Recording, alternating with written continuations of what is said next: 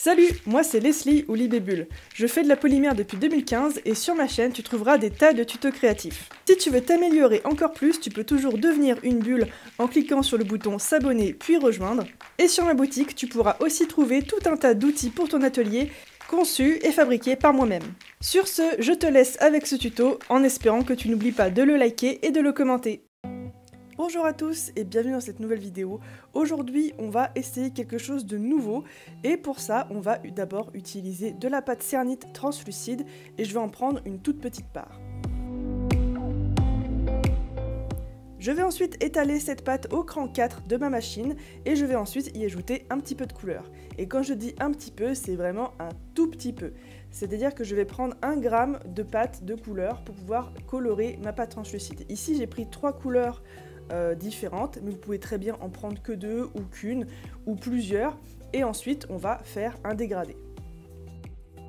Dans tous les cas, lorsque vous voulez colorer de la pâte polymère translucide, n'hésitez pas à mettre vraiment très peu de couleur et à faire d'abord des tests puisque après cuisson, la pâte sera toujours un petit peu plus colorée que translucide.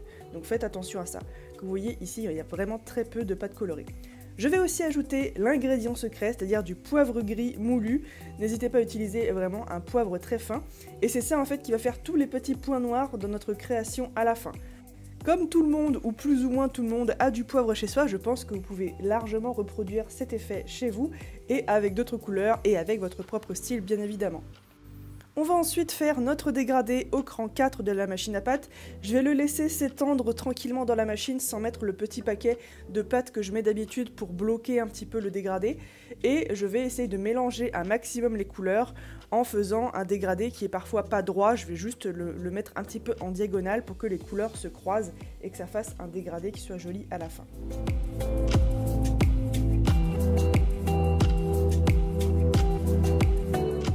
Et lorsque je suis satisfaite de mon dégradé, je vais venir l'étaler au cran 2 ou 3 de la map et je vais ensuite venir le découper comme ceci. Je vais découper 3 parties différentes pour faire juste mes 3 pièces différentes. Pas grave si elles sont pas de taille, pas de même taille, pas de même poids, puisque au final, de toute façon, on veut des pièces qui soient un petit peu différentes les unes des autres. La petite balance de précision, c'est toujours utile si jamais vous voulez faire comme moi des mesures un peu plus précises, comme ça vous savez à chaque fois quelle quantité de pâte vous avez utilisé pour tel projet, c'est toujours sympa de le noter quelque part. Et ensuite on va venir comme ça réduire notre dégradé. C'est exactement le même principe qu'une canne en fait, sauf que c'est à l'inverse. Au lieu de l'étirer, on va venir la compresser sur elle-même pour à la fin obtenir nos pièces. Et ici on va faire 3 petites cornes.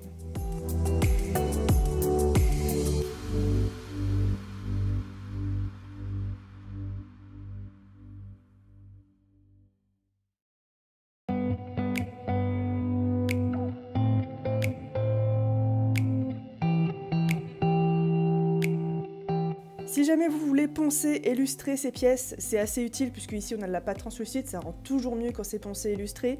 On va utiliser une petite plaque en verre pour pouvoir lisser correctement nos créations et avoir un joli résultat et ne pas trop galérer au ponçage ou polissage. Sachant qu'à la fin, moi je les ai juste polis avec un petit coton.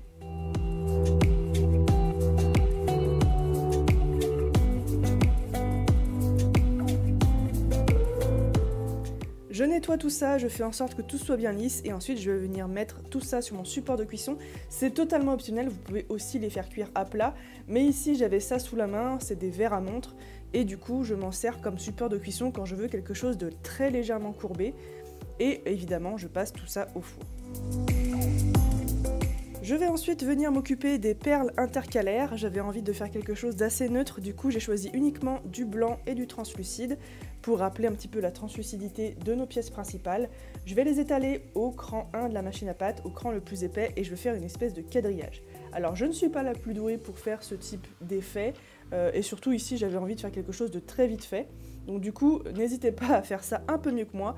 Le principe est très simple, on fait comme un Bargello, où en fait avec des couches de blanc et de translucide, on va venir découper tout ça et venir remettre tout ça un petit peu en quadrillage.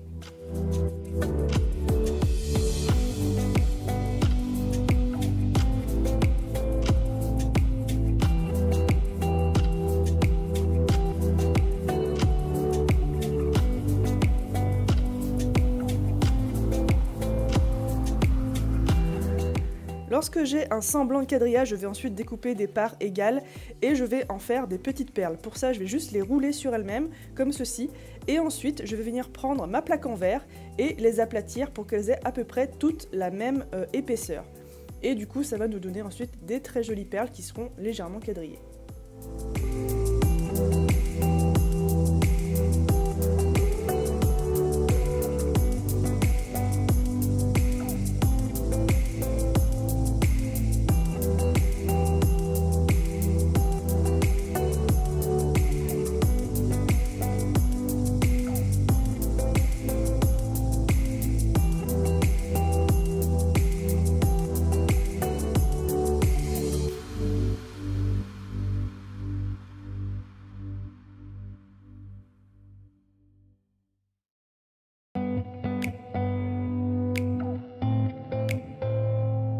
J'ai lustré mes pièces colorées, j'ai aussi lustré très légèrement mes petites perles intercalaires, j'ai percé tout ça et évidemment ensuite je passe au montage et pour ça j'utilise un petit peu de fil câblé et de la bune à corde et ensuite je vais évidemment passer le tout dans le fil câblé, couper un petit peu la bune à corde en milieu pour avoir quelque chose qui est juste sur les côtés du coup et ensuite on va pouvoir monter tout ça normalement avec des apprêts.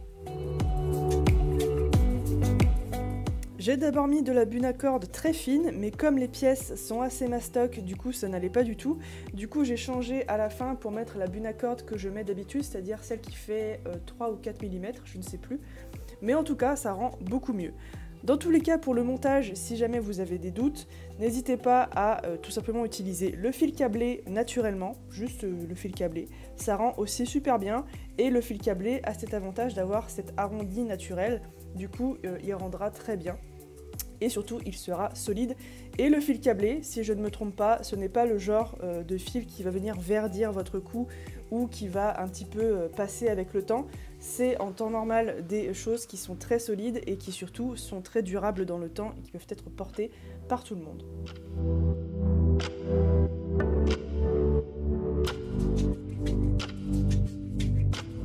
Et voilà le collier terminé. Alors au niveau des couleurs, j'avais envie de tester quelque chose de simple, mais du coup je me rends compte que ça va pas vraiment ensemble. Je pense qu'une couleur unie irait beaucoup mieux pour ces petites cornes avec le poivre à l'intérieur qui rend vraiment super bien. Ça tient super bien à la cuisson, je pensais que ça allait décolorer, que ça allait pas être très beau, mais en fait ça rend vachement bien. Donc du coup voilà, j'espère en tout cas que ce tutoriel vous aura plu. N'hésitez pas à vous abonner à la chaîne, c'est vraiment très important. Et si vous voulez me soutenir, n'hésitez pas à devenir une bulle, vous avez droit à un tuto exclusif juste pour vous, une fois par mois. Et évidemment, si vous voulez me soutenir encore plus, vous pouvez aussi aller sur la boutique pour vous faire plaisir et me faire plaisir en achetant des emporte-pièces, des plaques de texture, etc. Et sur ce, moi je vous dis à la semaine prochaine pour un autre tutoriel. Ciao!